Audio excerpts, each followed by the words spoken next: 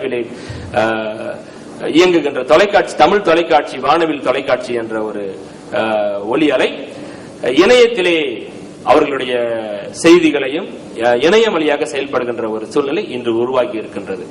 அதுபோல மின்னல் பண்பலை என்கின்ற எங்கள் நாட்டினுடைய தேசிய அரசு வானொலியாக இருக்கின்றது. அது இணையத்திலே செயல்பட தொடங்கி இருக்கின்றது. தனியார் வானொலி ஒன்று இருக்கின்றது. அதுவும் உலகம் தழுவிய நிலையில் கேட்கக்கூடிய, இணையத்தில் கேட்கக்கூடிய ஒரு வானொலியாக இப்பொழுது மாறி இருக்கின்றது. இப்படி ஒலி ஊடகங்களும் இணையத்திலே ஏறி இருப்பது குறிப்பிட்டு சொல்ல வேண்டிய மலேசிய தமிழ் இணைய ஊடகத்தினுடைய ஒரு வளர்ச்சியாக அதனை இங்கே நாங்கள் பார்க்கின்றோம். இப்படி பல மலேசிய தமிழ் இணைய ஊடகம் என்பது இப்படி படிப்படியாக வளர்ச்சி கண்டு வந்திருக்கின்ற ஒரு சூழலில், இப்படி படிப்படியாக வளர்ந்து வந்திருக்கின்ற ஒரு சூழ்நிலையிலே அதிலே சில சிக்கல்களையும் சில தடைகளையும் நாங்கள் எதிர்கொண்டிருக்கின்றோம்.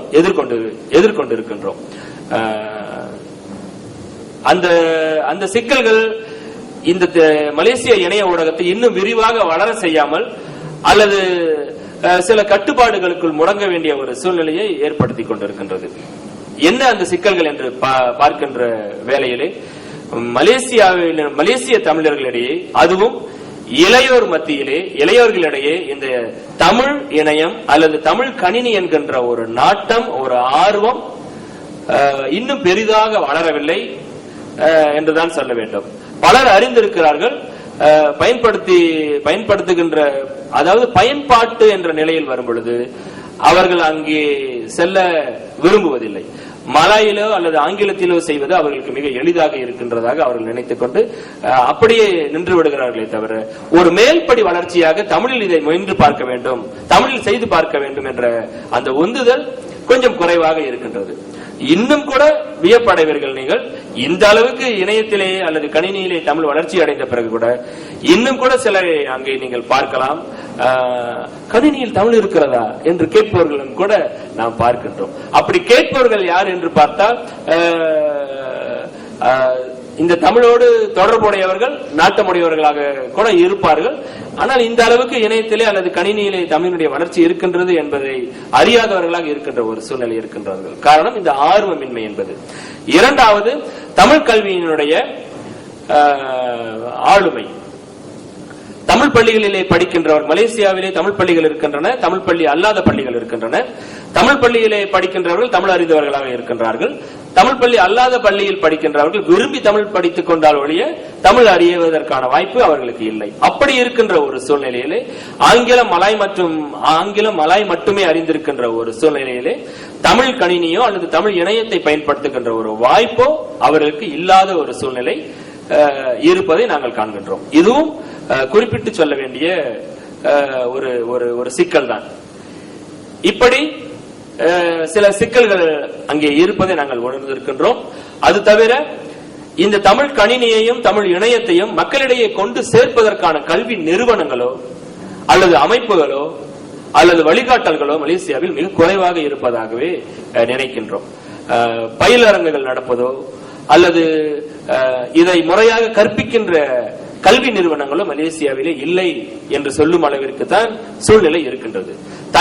தன்னார்வத்தின் அடிப்படையிலே இந்த வலைப்பதிவர்களோ அல்லது இணையம் தொடர்புடைய சிலரோ அல்லது நம்முடைய இந்த உத்தமம் குழுவிலே பொறுப்பில் இருக்கின்ற மலேசியாவிலிருந்து பொறுப்பில் இருக்கின்ற ஐயா முரசு நெடுமாறன், மன்னிக்கவும், ஐயா முத்து நெடுமாறன், ஐயா இளந்தமிழ், ஐயா ரவீந்திரன், இவர்களை போன்றவர்கள் தன்னார்வத்தின் அடிப்படையிலே சில பணிகளை செய்து கொண்டிருக்கின்றார்கள். இது தவிர மலேசிய வலைப்பதிவர்கள் நாங்கள் சிலர் கூடி என்ன செய்கிறோம் என்றால், ஒவ்வொரு ஊரிலும் இணைய பயிலரங்குகளை அல்லது தமிழ் கணினி இணைய பயிலரங்குகளை நடத்தி இதன் மீது சிலருக்கு ஆர்வத்தை ஏற்படுத்தி இருக்கின்றோம். அந்த ஆர்வத்தின் அடிப்படையில் இணையத்துக்குள்ளே வந்தவர்கள் அல்லது தமிழ் கணினியை நாடி வந்தவர்கள் பலர் இருக்கின்றார்கள்.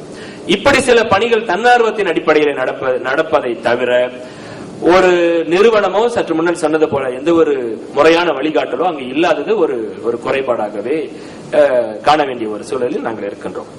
இருந்தாலும் கூட இந்த பலர் தன்னார்வத்தின் அடிப்படையில் செய்கின்ற இந்த பணிகளின் அடிப்படையிலே சில வளர்ச்சிகளை மலேசிய தமிழ் இணைய ஊடகம் அடைந்திருக்கின்றது.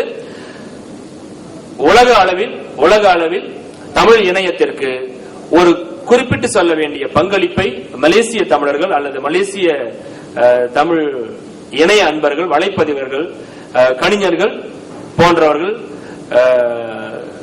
செய்திருக்கின்றோம். அளிக்க முடியாத ஒரு சான்றுகளை பதித்திருக்கின்றோம். தமிழ் இணைய வரலாற்றை எழுதுகின்ற பொழுது மலேசியாவை விட்டுவிட்டு அல்லது மலேசிய கணிஞர்கள், மலேசிய தமிழர்களை விட்டுவிட்டு அந்த இணைய வரலாற்றை, தமிழ் இணைய வரலாற்றை தொகுக்க வேண்டிய ஒரு சூழ்நிலை ஏற்பட்டால் அது மிகப்பெரிய குறையாக போய் முடியும் என்று சொல்லுகின்ற அளவுக்கு மலேசிய தமிழ் கணிஞர்கள், வலைப்பதிவர்களுடைய பங்களிப்பு இந்த தமிழ் இணையத்திற்கு இருக்கின்றது. அதனை நினைக்கும் பொழுது எங்களுக்கு பெருமையாக இருக்கின்றது.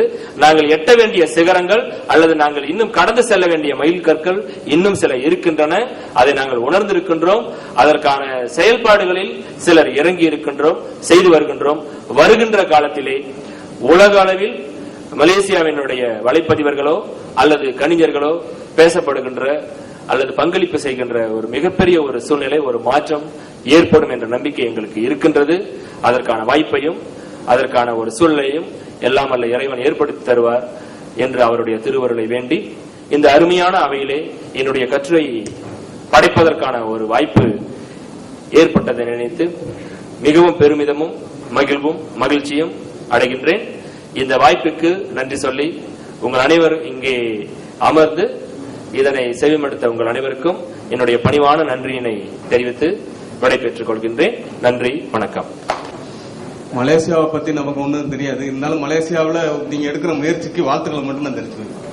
மிக்க நன்றி ஐயா. மலேசியாவிலே நிறைய தமிழர்கள் வாழ்கின்றோம். ஐயா அவர்கள் மலேசியா பற்றி எங்களுக்கு தெரியாது என்று சொன்னதற்காக சில செய்திகளை இங்கே குழுவில் அகத்தியரை பத்தி சொல்லியிருந்தீங்க. தமிழ்.net அப்படின்னு பாலா பிள்ளை கொடுத்தது அவங்க மலேசியாவில் இல்லையா, ஆஸ்திரேலியால இருந்து பண்ணது. அது முதல் மணலாளர் குழு அப்படின்னு வரப்ப தமிழ்.net கூட சொல்றாங்க இல்லையா? ஆமா. அப்போ அகத்தியர் அப்படின்னு ஜெயபாரதி சொன்னது முதல்ல, தமிழ்.net முதல்ல வருதா? டாக்டர் ஜெயபாரதி பண்ணது அகத்தியர் மடர். ஆமா. இப்போ தமிழ்.net பாலா பிள்ளை பண்ணாங்க அப்படிங்கிறப்போ எது முன்னாடி வருது காலகட்டத்தில்? அதனை இன்னும் நான் இன்னும் சரியாக அதை பார்க்கவில்லை என்று நினைக்கின்றேன்.